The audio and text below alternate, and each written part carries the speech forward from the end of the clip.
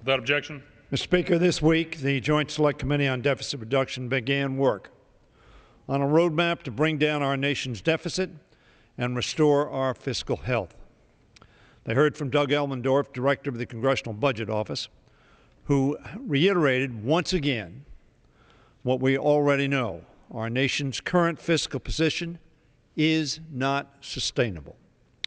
We also know that from the problem we're facing stems in part from buying things without paying for them, including 2 wars, tax cuts for the wealthiest in America, and a prescription drug program. But what matters now is taking action. Over the month of August, we heard very clearly from the American public that they want us to work together on the issues they're most concerned about: jobs and the deficit. Action on one issue will directly impact on the other. Creating jobs and growing the economy is one of the most important things we can do to bring down the deficit. And getting a handle on our fiscal situation will give confidence to encourage economic growth and job creation. Both the Bowles-Simpson and Domenici-Rivlin fiscal commissions supported this tenet by calling for immediate action to boost the economy while laying out a plan to reduce the deficit over the long term. This is why the Joint Select Committee must succeed. We have a responsibility to show Americans and the international community that we can meet the challenges we face, that we can join together and make the tough decisions necessary to spur growth, bring our debt under control. I believe the committee must go beyond the $1.5 trillion target in the deficit reduction bill if we hope to strengthen our economy and seriously change our nation's fiscal outlook. Over 60 economists and former members of Congress signed a letter encouraging the Joint Select Committee to reach the biggest agreement possible, and I want to join with them in that request. In their letter, signed by co-chairs of both the Bowles-Simpson and Domenici-Rivlin fiscal commissions, among others, they state, and I quote, "We believe that a go-big approach that goes well beyond the $1.5 trillion deficit reduction goal that the committee has been charged with and includes major reforms of entitlement programs and the tax code is necessary to bring the debt down to manageable and sustainable levels, improve the long-term fiscal imbalance, reassure markets, and restore Americans' faith in the political system." Close quote. I am in absolute agreement with that proposition. As the letter just quoted indicates, the committee must also put all options on the table. That's a challenge on the Republican side. It's a challenge on the Democratic side. But it must be done, because we cannot get to where we need to get without doing so. The math is irrefutable. We cannot get to where we need to go if we ignore revenues or if we fail to ensure our safety net is sustainable for generations to come.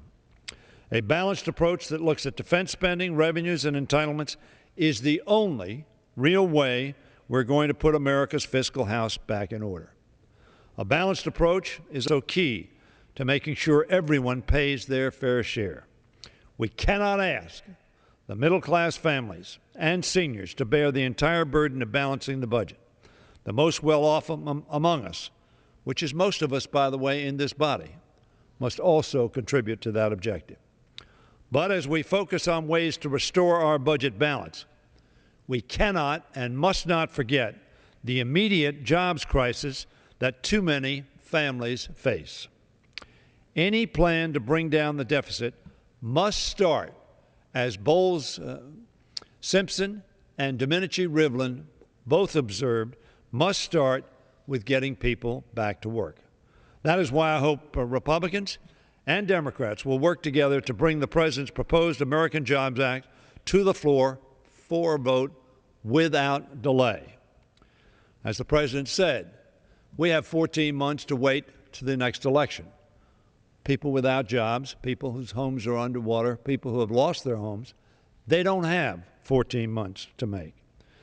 The jobs program suggested by the President mirrors many components included in the House Democrats' Make It in America agenda and will help create jobs in the short term.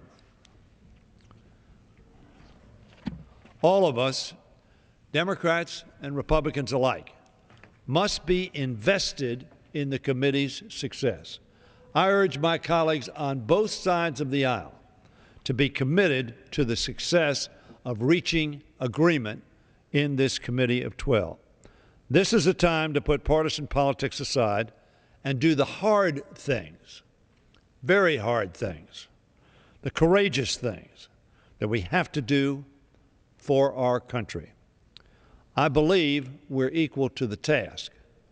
And I say to my colleagues on both sides of the aisle, if we are not equal to the task, then all of our citizens will rightfully be extraordinarily disappointed, as they are today, in their elected representatives on both sides of the aisle. Success of this committee, success of this House and the Senate in reaching and meeting the challenge that confronts us is essential if the confidence level of our own citizens and the international community is to be raised and given the level necessary for future success. I yield back the balance of my time. The chair recognizes the gentleman from Texas, Mr. Poe, for 5 minutes.